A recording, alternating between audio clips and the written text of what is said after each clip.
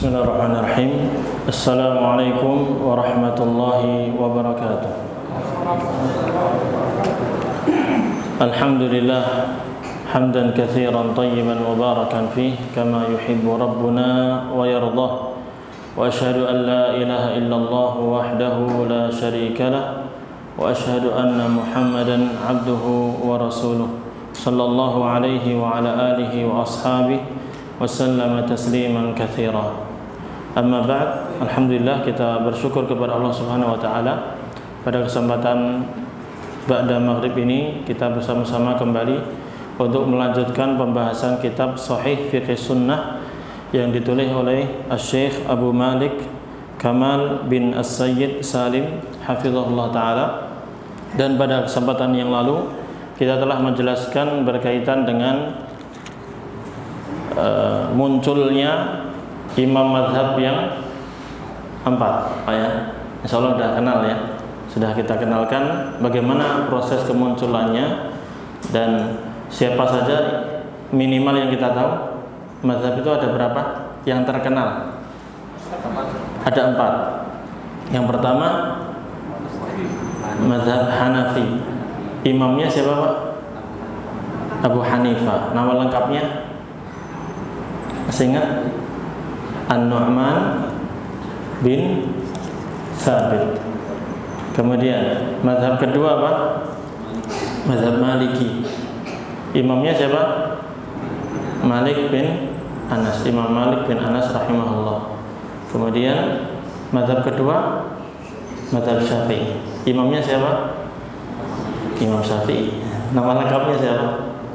Muhammad bin Idris Asy-Syafi'i rahimahullah. Kemudian yang keempat imam mazhab Hambali, imamnya Imam Ahmad bin Muhammad bin Hanbal rahimahullah rahmatan wasi'ah. Dan sebenarnya sebagaimana kita tahu kemarin, mereka itu ya belajar antar murid dengan guru. Dan selain mereka juga banyak ulama-ulama yang memumpuni di zamannya. Cuman yang terkenal ini empat ini yang paling besar karena muridnya paling banyak, terkenal, kemudian Allah Subhanahu wa taala berkahi ilmu mereka sehingga kitab mereka masih bisa kita nikmati sampai sekarang. Dan ulama-ulama itu banyak sebagaimana kita telah sampaikan pada waktu yang telah lalu, ya. Kemudian setelah membahas tentang kemunculan mazhab yang empat atau mazhab-mazhab yang lain juga, maka penulis hafizahullah taala membawakan dua pembahasan penting yang wajib diketahui oleh setiap muslim dan muslimah. Ini pembahasannya mulai dari halaman 26 ya, kemudian sampai panjang. Cuman kita akan sampai 36, jadi 26 sampai 36 berarti berapa halaman? 10. Tapi enggak semua kita bahas. Kita ringkas saja, Pak, biar tidak terlalu lama. Jadi poinnya apa? Yang pertama, pembahasan pertama yang ditulis oleh penulis yang harus kita ketahui setelah kita tahu tentang kemunculan adanya mazhab-mazhab dalam fikih itu, yang pertama adalah wajib bagi setiap muslim dan muslimah untuk menjadikan Al-Quran dan Sunnah sebagai dasar hukum dia. Jadi kita sebagai orang Islam wajib beramal dengan apa? Al-Quran dan Sunnah. Al-Quran Al-Karim dan hadis-hadis Rasulullah SAW ini adalah dua sumber utama bagi seorang muslim, baik dalam urusan akidah ataupun urusan fikih, hukum fikih dan semua yang berkaitan dengan agama Islam. Jadi dua ini harus kita pegang erat-erat, ya, karena ayat-ayat yang berkaitan dengan ini sangat banyak sekali.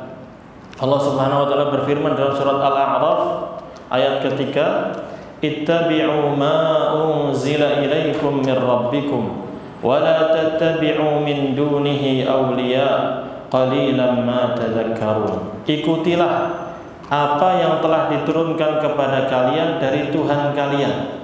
Apa yang diturunkan kepada kita? Kitab suci Al-Quran. Ayat ini dengan jelas memerintahkan kita ikuti Al-Quranul Karim.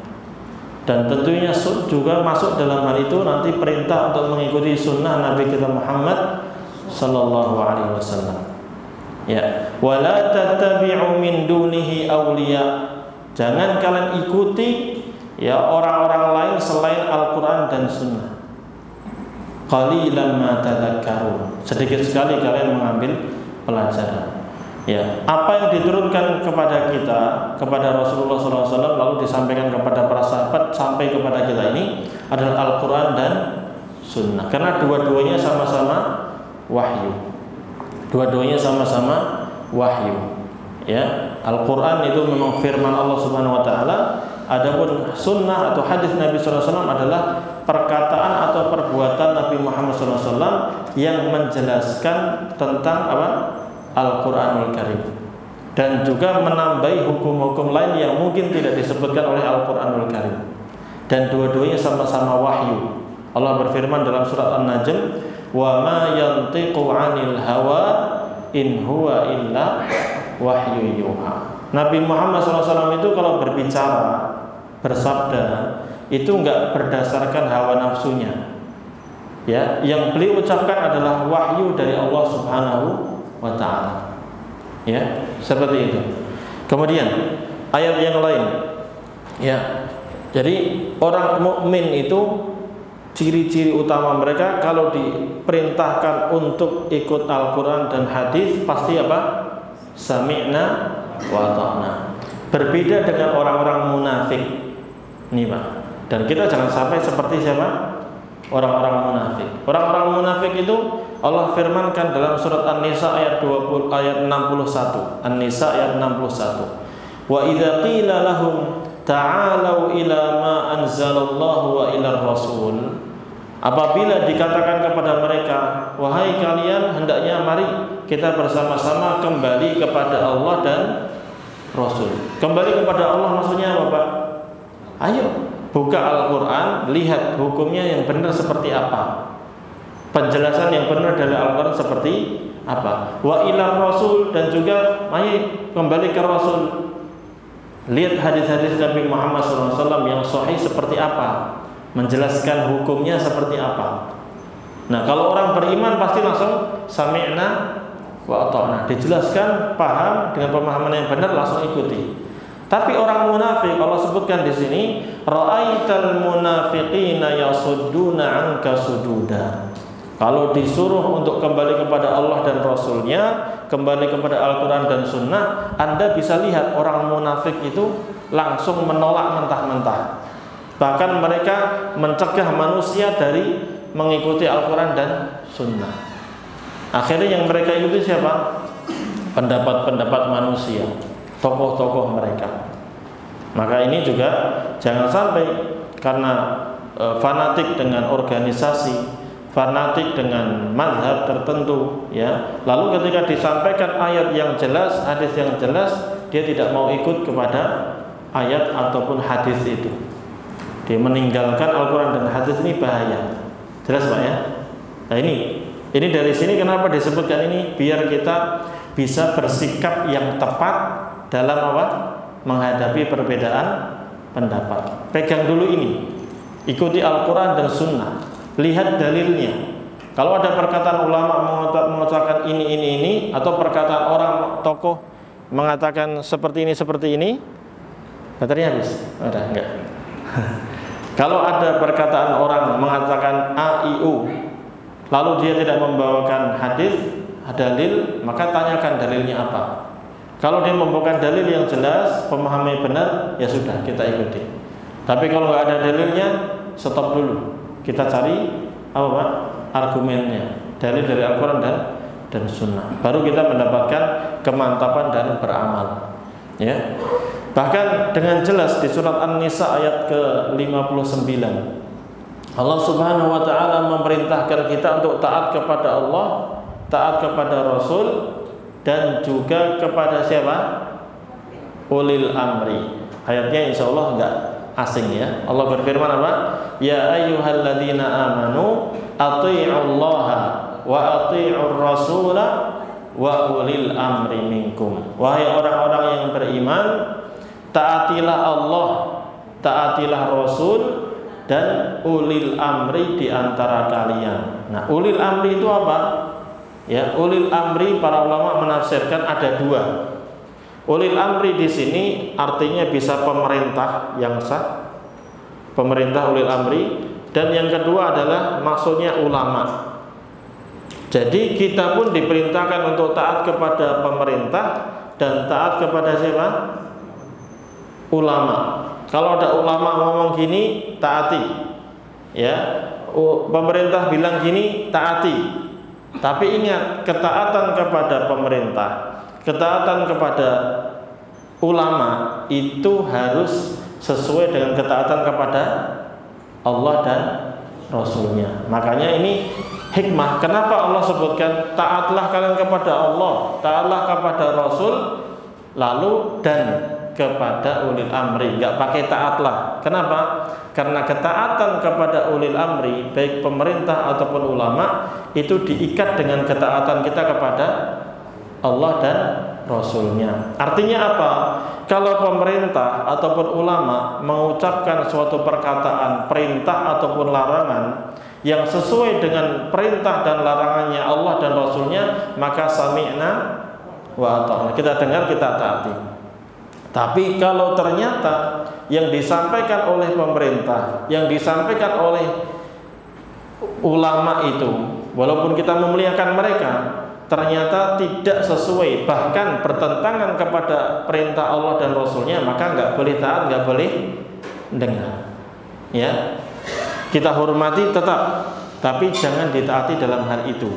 Oleh karena itu Rasulullah SAW bersabda, innamat ta'atu fil ma'ruf. Sesungguhnya ketaatan itu hanya dalam perkara yang baik, yang tidak menyelisihi perintah Allah dan Rasul. Dalam riwayat yang lain, walaupun diperselisihkan kesahihannya, la ta'ata li makhluqin fi ma'siyatil khaliq. Tidak boleh mentaati makhluk dalam rangka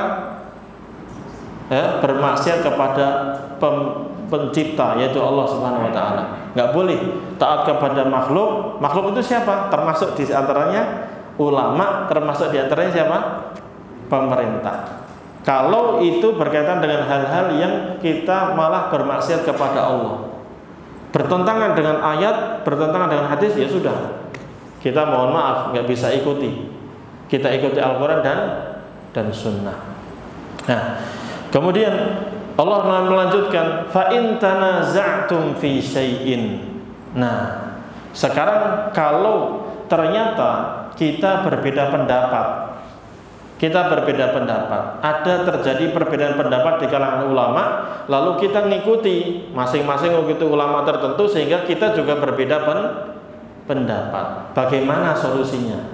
Allah menjelaskan, fa in tanaza'tum fi syai'in, kalau kalian berbeda pendapat, berselisih pendapat tentang sesuatu, farudduhu ilallahi war rasul, maka coba kembalikan kepada Allah dan Rasul. Maksudnya apa? Lihat dalilnya dari Al-Quran dan Sunnah. Mana di antara pendapat itu yang benar, yang sesuai dengan Al-Quran dan Sunnah. Itu pasti ada solusinya. Nah, walaupun memang untuk kembali kepada Al-Quran dan Sunnah butuh ilmu. Ya, kita tanyakan kepada ayat Al-Quran gimana? Kalau ayat Al-Quran, lihat tafsirnya. Alhamdulillah para ulama sudah menafsirkannya dan sudah diterjemahkan dalam bahasa Indonesia. Kemudian hadis, bagaimana Pak memahami hadis yang benar? Lihat syarahnya, sudah ada penjelasan para ulama. Sehingga kita tidak ngawur juga nerjemahin apa? Al-Quran dan Sunnahnya. Ya, jadi tidak memahami sendiri, tidak, tapi memahami dari pemahaman yang sudah dipahami oleh para sahabat, tabi'in, tabi'ut tabi'in, yang ditulis oleh para ulama dalam kitab-kitab mereka. Nah, inilah sikap yang benar. Kembalikan kepada Allah, cari dalilnya dalam Al-Quran. Kembalikan kepada Rasul, cari dalilnya dalam hadis Nabi Sallallahu Alaihi Wasallam. Dzalika khairun wa in kuntum tu'minuna billahi wal yaumil akhir. Ya, kalian harus lakukan itu kalau memang kalian betul-betul beriman kepada Allah dan hari akhir. Ini konsekuensi iman kita kepada Allah dan hari akhir, ya harus tunduk kepada Al-Quran dan Sunnah. kembalikan ke sana. Urusan warisan, berbeda pendapat antar keluarga, kembalikan dalil warisan yang benar seperti apa, kan gitu ya. Cari dalilnya, Al-Qur'annya. Kalau nggak tahu tanya ustaz. Ketika ustaz jelaskan, tolong tanya dalilnya. Dalilnya apa ustaz? Kenapa istri dapat segini? Kenapa anak dapat segini? Nah, kalau kita sudah dapat penjelasan dari ulama, tenang sudah. Pembagian warisan insya Allah harta yang kita dapatkan jadi halal. Jelas Pak ya? Ya, karena nanti berkaitan dengan banyak hal. Hak manusia, hak harta, kehormatan, lain sebagainya. Ya, harus jelas dalilnya dari Al-Quran dan Sunnah. Dzalika khairu wa ahsanu ta'wila. Itu lebih baik dan lebih baik lagi akhir perkaranya. Ya, kalau kita sudah kembali kepada Al-Quran dan Sunnah sesuai kemampuan kita, insya Allah lebih mantap dalam mengamalkannya dan lebih baik tentunya, pahalanya lebih besar. Ya. Dan banyak sekali ya ayat-ayat yang berkaitan dengan kita harus mengikuti Al-Quran dan Sunnah. Nah, kenapa harus sama hadis? Ya ini penting Pak, karena sebagian orang itu hanya pengennya ngambil hukum dari apa?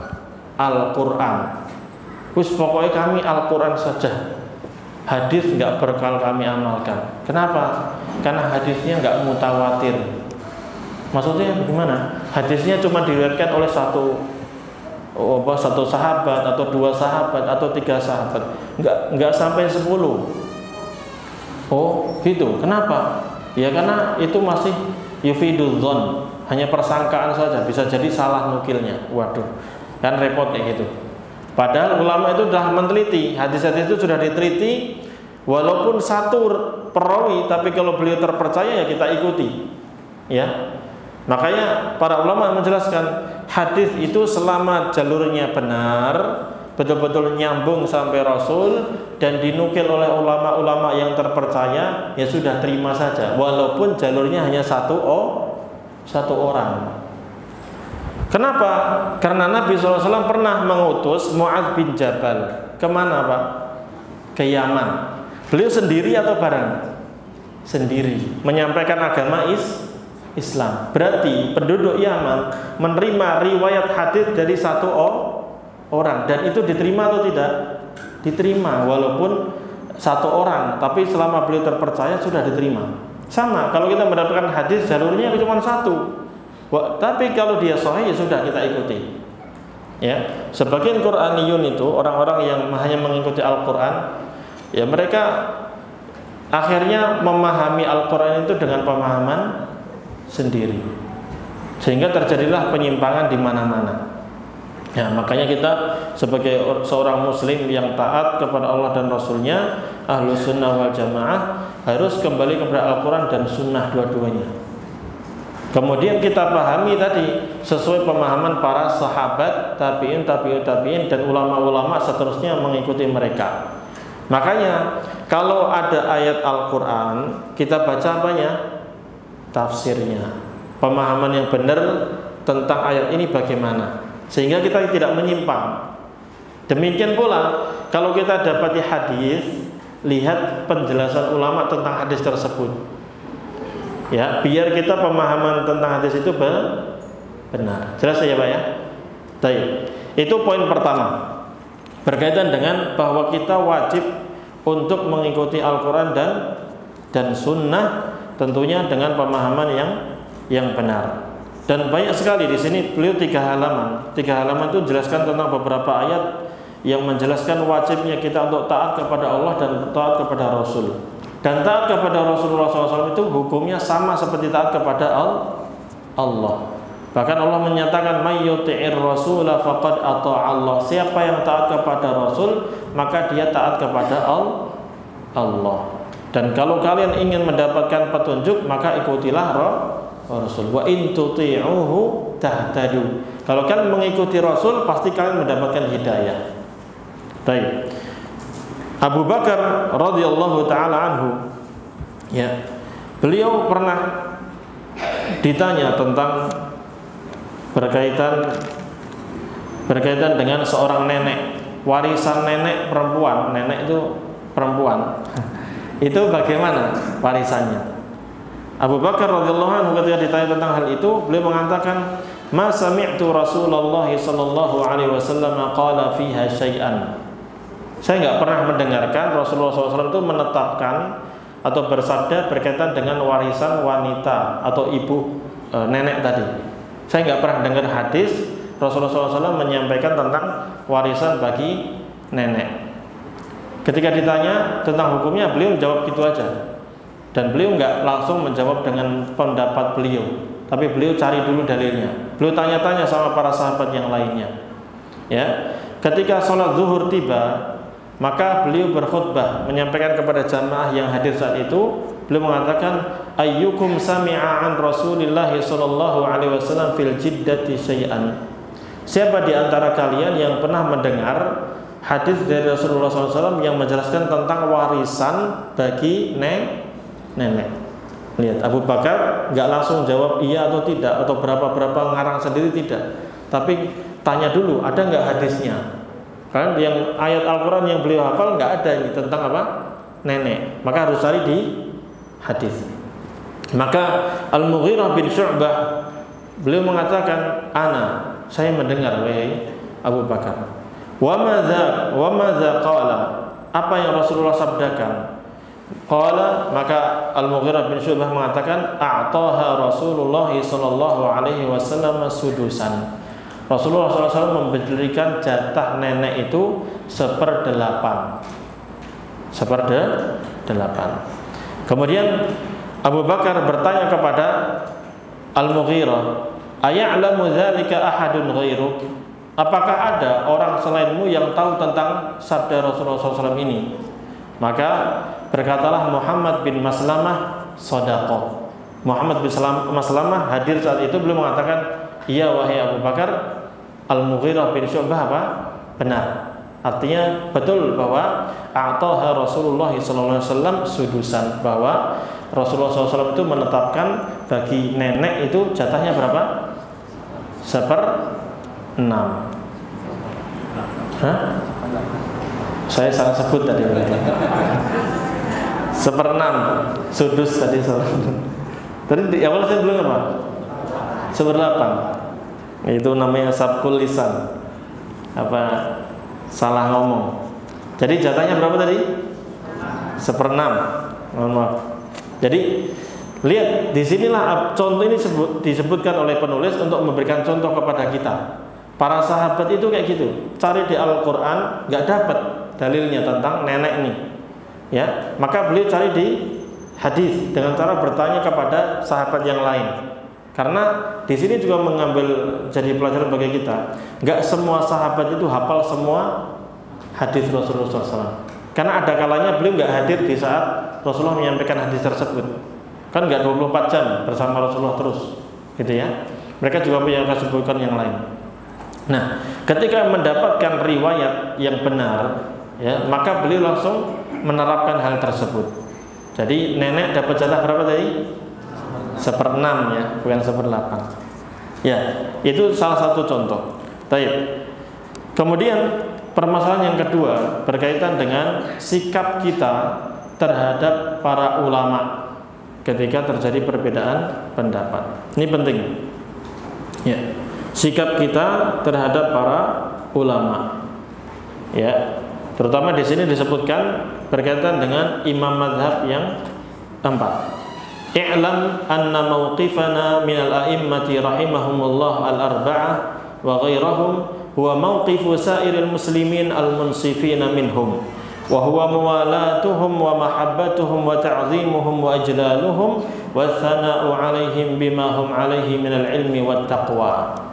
Ketahuilah bahwa sikap kita, ya, sebagai orang Islam, sikap kita terhadap para ulama-ulama yang 4 itu, imam mazhab yang 4, dan juga imam mazhab yang lain, maksudnya ulama-ulama yang lain, mereka juga punya pendapat-pendapat, punya pandangan-pandangan. Maka sikap kita adalah sebagaimana sikapnya orang-orang Islam yang bijaksana dalam menyikapi.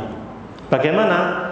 Yaitu pertama, muwalatuhum, kita harus, ya, mencintai mereka, berloyal kepada mereka, wa mahabbatuhum, mencintai mereka, kita loyal kepada mereka, mencintai mereka, wa ta'zimuhum, mengagungkan mereka, wa ijlaluhum, memuliakan mereka. Ya, kita loyal, kita cintai beliau, kemudian kita mencintai mereka, mengagungkan mereka, memuji mereka, wasana'u alaihim, memuji mereka karena ilmu dan ketakwaan yang mereka miliki. Itu ya sikap kita. Kemudian perhatikan di sini, wattiba'uhum fil amali bil kitabi was sunnah, dan mengikuti ulama tersebut ya dalam rangka mengikuti mengamalkan Al-Quran dan Sunnah. Kan ulama itu ngamalin Al-Quran dan Sunnah atau tidak, Pak? Kan iya kan? Mereka sudah paham Al-Quran dan Sunnah dan mereka mengamalkannya, maka kita ikuti mereka karena mereka masih dalam koridor sesuai dengan dalil Al-Quran dan Sunnah. Wa taqdimuha ala ra'yihim, tapi kita harus tetap mengedepankan ya mengikuti Al-Quran dan Sunnah dibandingkan mengikuti pendapat pribadi mereka. Kalau ternyata mereka berpendapat sesuatu yang tidak sesuai dengan Al-Quran dan Sunnah, maka jangan ikuti pendapat mereka, tapi ikuti siapa? Ayat Al-Quran dan hadis Rasulullah Sallallahu Alaihi Wasallam. Kemudian sikap kita juga apa? Wa ta'allumu aqwalihim lil isti'anati biha 'alal haqqi. Lihat, kita mempelajari pendapat mereka, kita mempelajari pendapat-pendapat ulama tersebut untuk apa? Untuk meminta tolong atau sebagai bantuan untuk mencari kebenaran yang ada dalam Al-Quran dan Sunnah. Jadi pendapat mereka dipakai atau tidak? Dipakai untuk memahami, membantu kita untuk memahami Al-Quran dan Sunnah. Wa tarku ma khalafal kitab was sunnati minha. Tapi kita kalau mendapati pendapat mereka ternyata bertentangan dengan ayat ataupun hadis yang kita ketahui, maka kita tinggalkan pendapat mereka. Kalau ada yang berbeda pendapat atau tidak sesuai dengan Al-Quran dan Sunnah, kita tinggalkan. Tetap memuliakan, tetap memuliakan. Ya, menghormati, tetap menghormati. Cuman mohon maaf kalau bertentangan dengan Al-Quran dan Sunnah, ya mohon maaf, kita nggak ngikutin. Paham? Ya. Nanti akan dijelaskan lebih lanjut. Wa ammal masailul lati la nassa fiha. Nah, tapi kalau permasalahannya itu memang nggak ada dalil yang jelas tentang hal itu, sehingga yang muncul adalah pendapat-pendapat berkaitan dengan ijtihad para ulama tersebut. Jadi mereka nggak dapat dari Al-Quran, nggak ada, dalam hadis nggak ada. Ini permasalahan baru, ya, permasalahan baru, kasusnya baru, nggak pernah ada dalam Al-Quran dan Sunnah kasus yang sama, ya. Maka para ulama pun akan melakukan apa? Penelitian, lalu mereka berijtihad, menyimpulkan hukum sesuai dengan ilmu yang mereka miliki. Nah, kemudian terjadi perbedaan pendapat di antara mereka. Maka bagaimana kita lakukan? Maka fas-shawabu an-nadharu fi ijtihadihim fiha. Maka kita, sikap yang benar adalah kita lihat pendapat mereka, hasil ijtihad mereka, kesimpulan fatwa mereka itu seperti apa, ya. Wa qad yakunu tiba'u ijtihadihim aswabu min ijtihadina li anfusina. Karena ijtihadnya para ulama, penetapan hukum para ulama itu kebanyakannya, seringnya itu lebih tepat daripada kita sendiri yang apa? Ijtihad. Jadi kalau misalnya tadi ada suatu permasalahan, kalau ada dalilnya dalam Al-Quran dan Sunnah yang jelas, ya kita ikuti Al-Quran dan Sunnah. Tapi dalam masalah itu ternyata nggak ada, kita belum dapati juga Al-Quran dan Sunnah juga kita belum dapati. Yang kita dapati hanya pendapat siapa?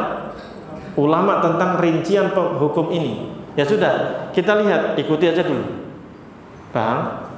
Karena insya Allah ketetapan hukum yang ditetapkan oleh ulama salaf itu lebih selamat daripada kita ngarang-ngarang sendiri. Dan ini permasalahan yang seperti ini dikit ya Pak ya. Jadi nggak terlalu pusing kita. Ya. Kemudian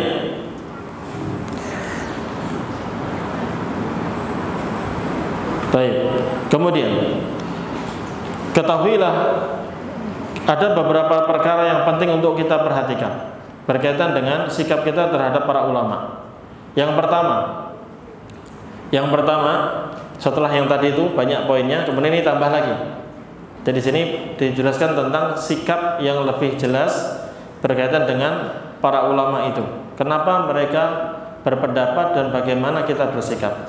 Pertama, i'lam annal a'immata rahimahumullah laisu ma'sumin. Ketahuilah bahwa para ulama itu, para imam-imam itu bukan orang yang maksum.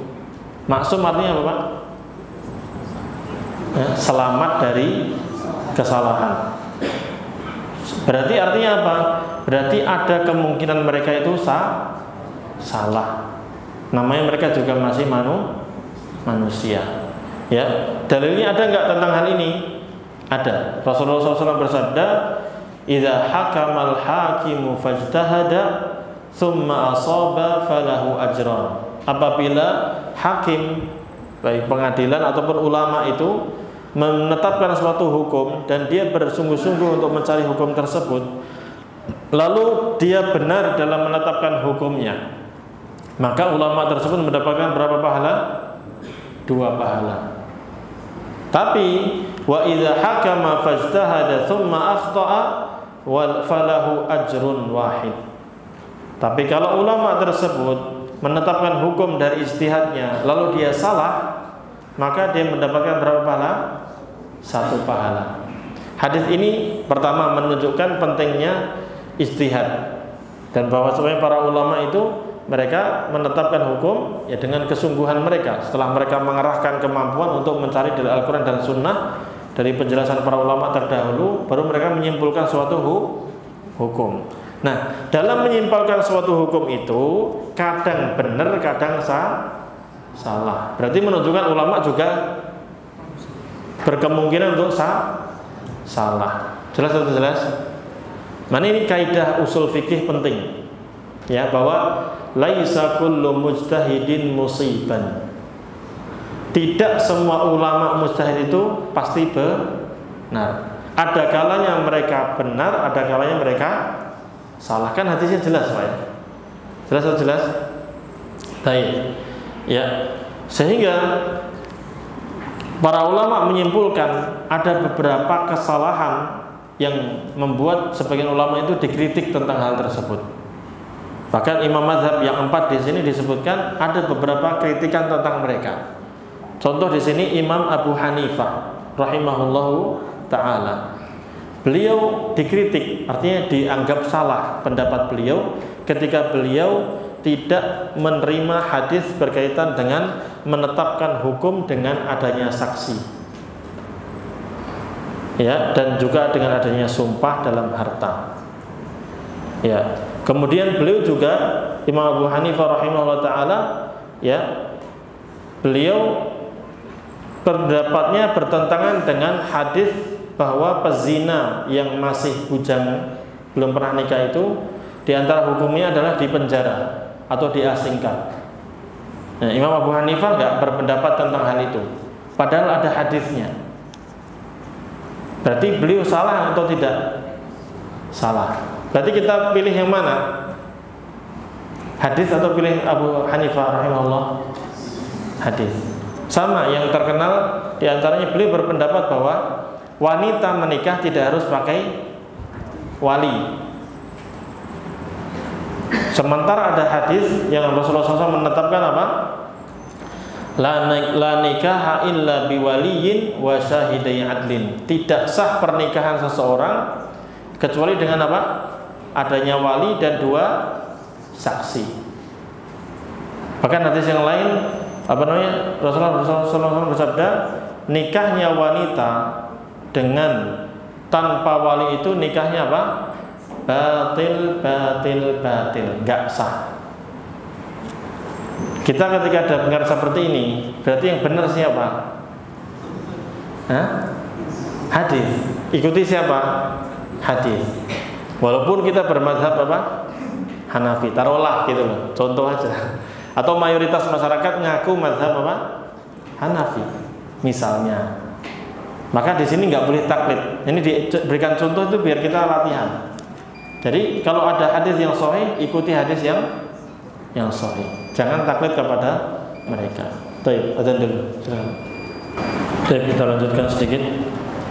Ya, tadi itulah Imam Abu Hanifah rahimahullah taala, beliau memiliki pendapat-pendapat yang dikritik oleh banyak ulama karena bertentangan dengan hadis-hadis yang sahih.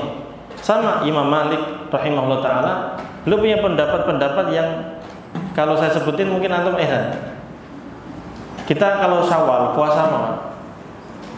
Puasa Syawal habis Ramadan puasa apa? Bisa Syawal sunnah berapa hari? 6 hari. Imam Malik berpendapat nggak boleh, hukumnya haram berpuasa 6 hari bulan Syawal. Beliau mengingkari itu, ya. Beliau punya pendapat bahwa tidak boleh berpuasa 6 hari di bulan Syawal. Kenapa? Ya. Bahkan hari Jumat, mengkhususkan puasa hari Jumat, menurut kita boleh atau enggak? Khusus Jumat, pernah dengar Pak? Hukumnya, pernah dengar? Hah? Bu, enggak boleh? Imam Malik mengatakan hukumnya sunnah. Gimana Pak? Kenapa seperti itu? Kenapa seperti itu? Penulis mengatakan, ya, li'annahu lam yablughu sunnatu fihima. Karena belum sampai hadis kepada beliau berkaitan dengan dua permasalahan ini. Masalah pertama tadi, hadis tentang puasa sunnah Syawal yang 6 hari itu. Kemudian hadis tentang larangan mengkhususkan puasa di hari Jumat. Kok bisa? Ya bisa. Ya sudah, memang kayak gitu. Gimana lagi? Kan gitu ya. Jadi itulah penjelasan para ulama seperti itu. Jadi bisa dimaklumi karena belum sampai hadisnya, sehingga beliau berpendapat itu apa?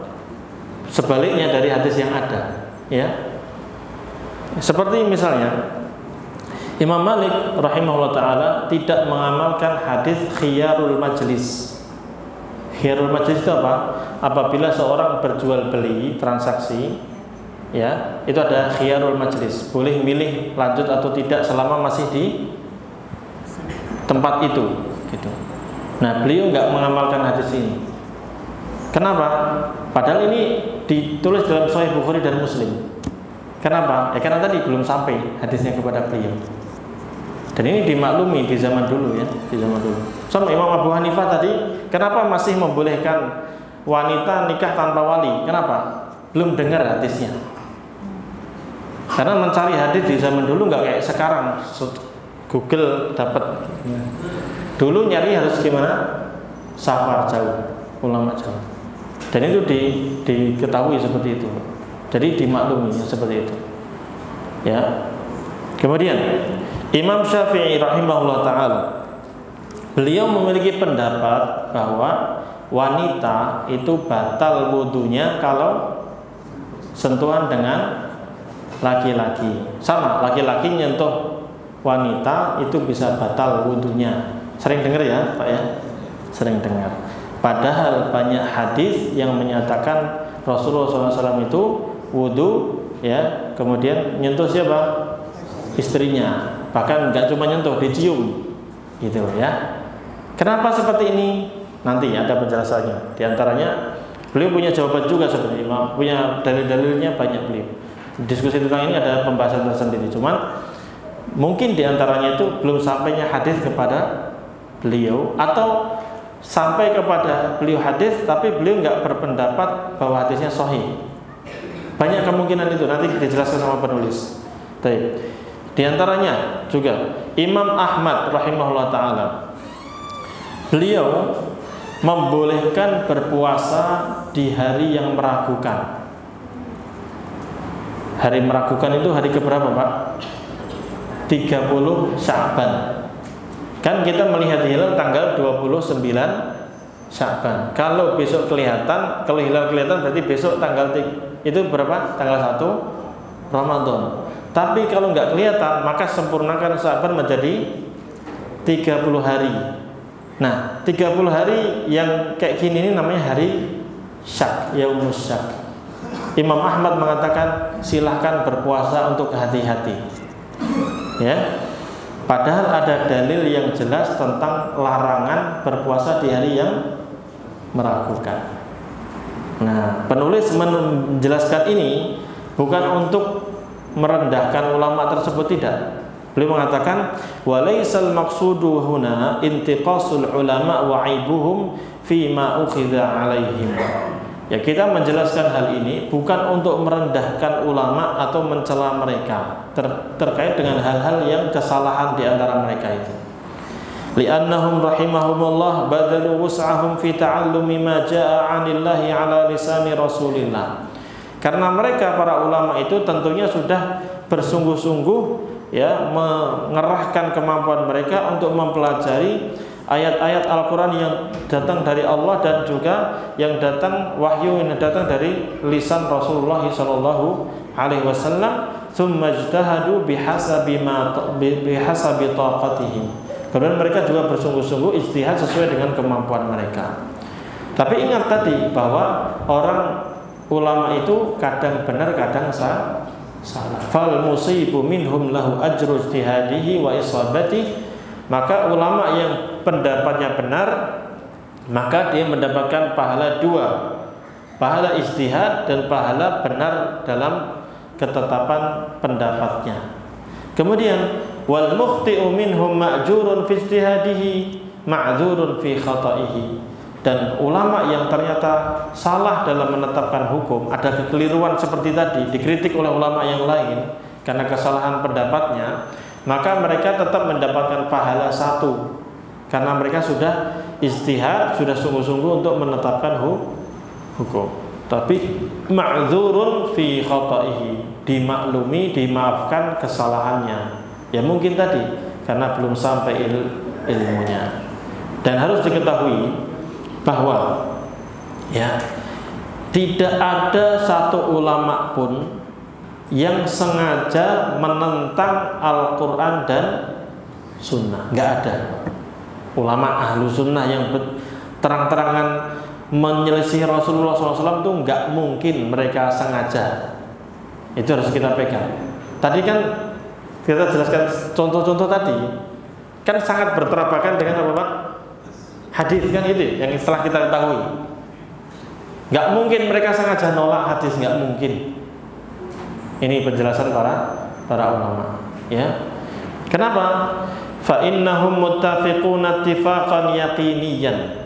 Karena para ulama itu semuanya bersepakat satu kata dengan kesepakatan yang benar-benar meyakinkan ala wujubi ittiba'ir rasul, bahwa kita itu wajib mengikuti siapa? Rasulullah sallallahu alaihi wasallam. Dalilnya telah kita baca tadi banyak. Wa ala anna kulla ahadin minan nasi yu'khadhu min qawlihi wa yutrak illa Rasulullah sallallahu alaihi wasallam. Dan bahwa mereka sepakat bahwa semua manusia itu boleh diambil pendapatnya, boleh pula ditolak, kecuali siapa? Rasulullah sallallahu alaihi wasallam. Walakin idza wujida liwahidin minhum qaulun jaa haditsun sahihun bi khilafihi fala budda lahu min udhrin fi tarkihi. Akan tetapi kalau ternyata ada pendapat ulama yang ternyata ada hadis yang sahih menyelisihi pendapat tersebut, maka pasti ada uzur kenapa beliau tidak mengamalkan hadis tersebut. Uzurnya apa? Nanti insya Allah kita bahas di pertemuan berikutnya. Gitu Pak ya? Jelas? Nah itu. Jadi dengan kita mengetahui seperti itu, satu, kita tetap menghormati siapa? Para ulama. Semua mazhab yang 4 kita hormati. Sami'na wa ata'na selama mereka sesuai dengan Al-Quran dan Sunnah.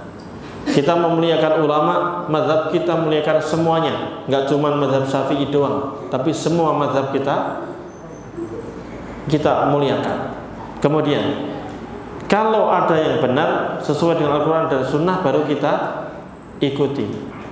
Kalau ternyata tidak sesuai dengan Al-Quran dan Sunnah yang kita ketahui, atau bahkan sangat bertentangan dengan Al-Quran dan Sunnah yang sahih, maka mohon maaf kita tidak mengamalkan pendapat ulama tersebut, tapi kita ambil pendapat ulama lain yang sesuai dengan Al-Quran dan Sunnah.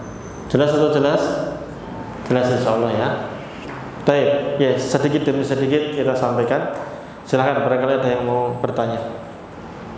Kapan kita sebaiknya mulai mendalami hadis? Karena beberapa ustaz mengatakan Al-Quran dulu baru hadis. Padahal sekarang zaman ini kan sudah ya godaan cobaan. Kalau tidak tahu fikih melalui hadis banyak yang kesalahan. Jadi mana dulu nih, Al-Quran atau bersamaan atau bagaimana? Iya. Jadi kapan kita mempelajari hadis? Karena sebagian orang mengatakan pelajari Al-Quran dulu baru hadis.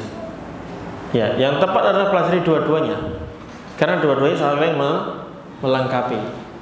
Ya, sama ketika kita belajar di SMP, SMA, di pondok itu dua-duanya dipelajari, Pak. Jadi ada pelajaran khusus tentang tafsir, ada pelajaran tentang syarah hadis, ada pelajaran fikih juga, ada pelajaran akidah juga. Kan di pelajaran fikih, di pelajaran akidah itu ada ayat Al-Quran dan ada hadis. Ya sudah, jalan berdua. Karena saling melengkapi gitu dan saling menjelaskan. Gitu, Pak. Nah, Assalamualaikum. Ustaz, bagaimana cara kita menyikapi orang dengan fanatik mazhab? Menyikapi orang yang fanatik mazhab. Ya. Baik. Bagaimana kita menyikapi orang yang fanatik terhadap mazhabnya? Ya, insya Allah di pertemuan berikutnya kita akan jelaskan para ulama mazhab sendiri. Mereka itu berpedoman kepada Al-Quran dan Sunnah, dan mereka melarang murid-muridnya untuk taklid. Nah itu, Pak. Dengan jelas terang mereka mengatakan jangan taklid kepada saya, tapi lihatlah dari mana kami mengambil dalilnya. Nanti banyak nukilannya dari Imam Abu Hanifah, dari Imam Malik, dari Imam Syafi'i, dari Imam Ahmad, semuanya satu kata dalam hal ini. Sehingga kalau ada orang taklid ke mazhab, ya mereka sebenarnya akan bingung sendiri, Pak. Setahu saya tidak ada yang di zaman ini ya yang fanatik totalitas itu enggak. Rata-rata mereka fanatik ngaku-ngakunya. Iya kan? Ngakunya fanatik mazhab, tapi dalam prakteknya enggak. Ada buku bagus tulisan Ustaz Firanda. Judulnya apa? Imam Syafi'i mengoreksi apa? Syafi'iyah, atau kurang lebih gitu, antara atau Syafi'iyah, pengikut Syafi'iyah yang tidak sesuai dengan Imam Syafi'i, atau Imam Syafi'i mengkritik Syafi'iyah gitu pokoknya. Jadi ternyata banyak sekali orang-orang yang mengaku mazhab Syafi'i gak sesuai dengan pendapatnya Imam Syafi'i. Gitu. Kalau mereka konsisten, Ustaz Abdul Hakim Hafizahullah pernah menjelaskan, seandainya penduduk Indonesia konsisten dengan mazhab Syafi'i, azannya nggak kayak tadi. Azannya nggak kayak tadi, Pak. Beda. Mazhab Syafi'i azannya nggak kayak tadi. Ya, beda. Sama. Kalau ikut mazhab Syafi'i yang benar, itu habis sholat itu nggak zikir dikeraskan, tapi diapain? Pelan. Karena Imam Syafi'i rahimahullah berpendapat bahwa zikir habis sholat itu pelan, bukan dikerasin. Yang keras itu siapa pendapatnya? Imam Ahmad Hambali, dia berarti bukan Syafi'i. Nah itu ada beberapa, termasuk misalnya di mazhab Syafi'i, bahkan di kitab Al-Ghayah wa Taqrib Abu Suja itu disebutkan aurat wanita itu semua badannya. Berarti muka dan tangan termasuk apa? Aurat.